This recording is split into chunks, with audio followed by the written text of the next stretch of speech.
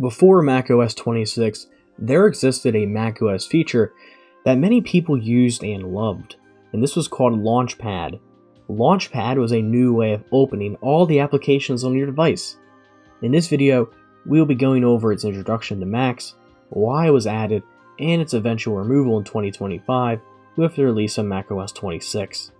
I'd like to thank the members of this channel for being patrons and supporting the channel financially.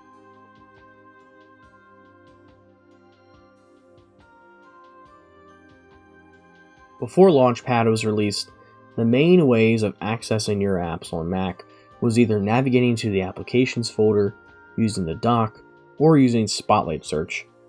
These methods are fine enough, but in 2007, with the release of the iPhone and iOS, there was now a separate and arguably better way of seeing all your apps.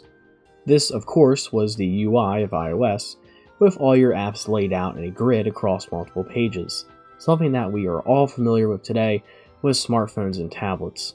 Apple decided that something like this would also be great to add onto the Mac. At the 2011 WWDC, while Apple was introducing macOS 10 Lion, right after the introduction of the App Store on Mac, they also showed Launchpad. Now, Launchpad was given a very brief overview, and because of that, I'm going to show you it here in full in this video. Number 5, a simple but powerful idea, Launchpad. Wouldn't it be great if no matter where you are in your system, if you want to get at an application and quickly launch it, you can with a simple gesture? Well, now you can. With Launchpad, you simply make a simple gesture, a pinch motion, and all your applications fly onto your screen. No matter where they are in your system, Launchpad knows where they are. You can have multiple pages of applications that you can organize any way you want. When you go and buy a new application on the Mac App Store, it downloads, installs right into your Launchpad.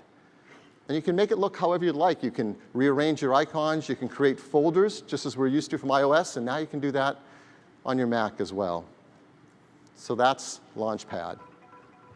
As for the life of Launchpad, it lasted 14 years, and in that time, not a lot of anything happened with the application. The application had its facelifts for the UI style changes every few years. It started with the skeuomorphic design style, with the brush metal motifs of the mid-2000s, and turned into the flat snooze fest for the rest of its life. We never got to see a liquid glass version of the app since it didn't make the final cut.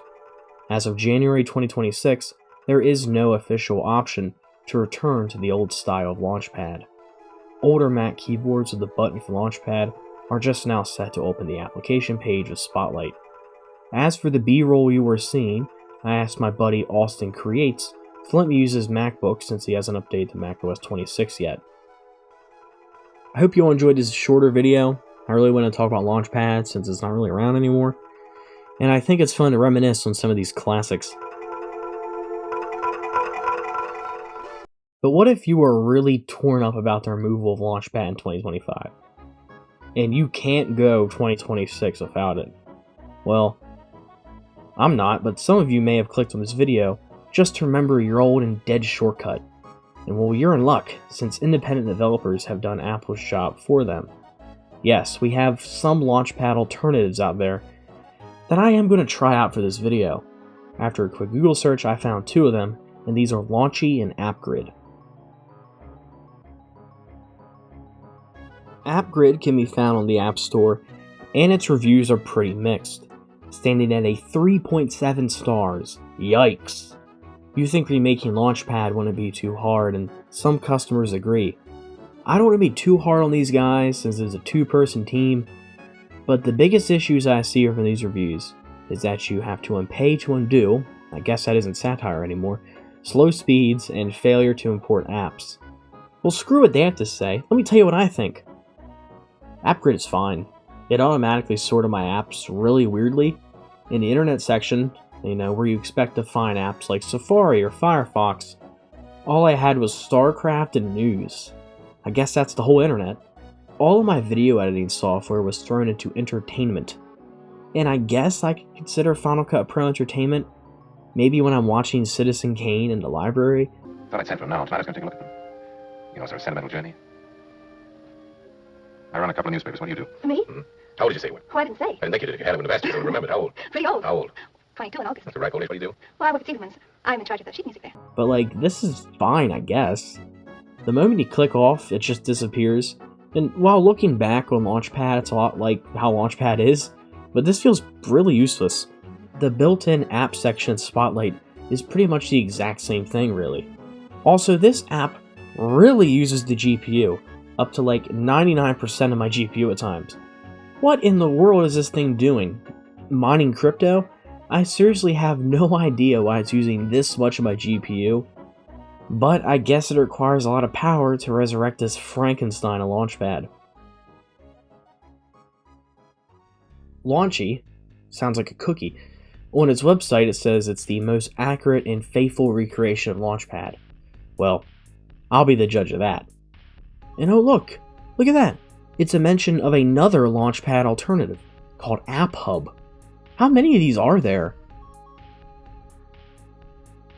Is Launchpad missed this much?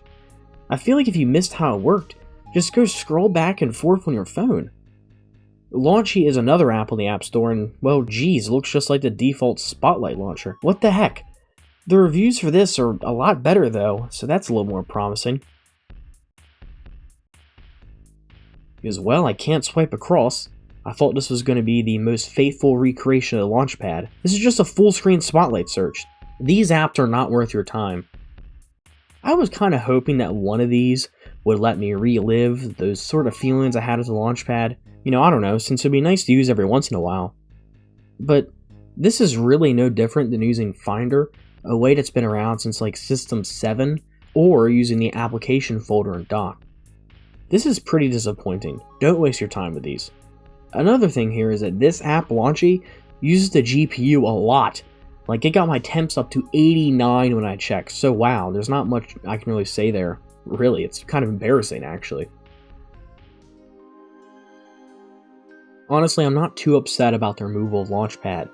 I rarely ever used it since it was slower than Spotlight, but Spotlight searched after macOS 26. It seems to only be bringing up files that I have no real use for. Even when I tweak the settings so it doesn't bring up random text files in some hidden folder on my root drive that I would reasonably have literally no use for, it takes a good day or two for it to go away. I guess this is an Apple intelligence issue, since ever since I turned off that junk, it seems to work better. Maybe next I'll talk about Spotlight, since that's been around a lot longer than Launchpad ever was. At least the games icon carried over the old rocket motif. I guess it was really never gone. I hope you all enjoyed this shorter video. I really want to talk about Launchpad since it's not really around anymore. And I think it's fun to reminisce on some of these classics.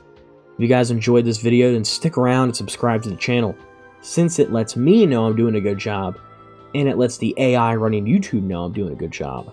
I thank you all for watching, and I'll see you guys next time.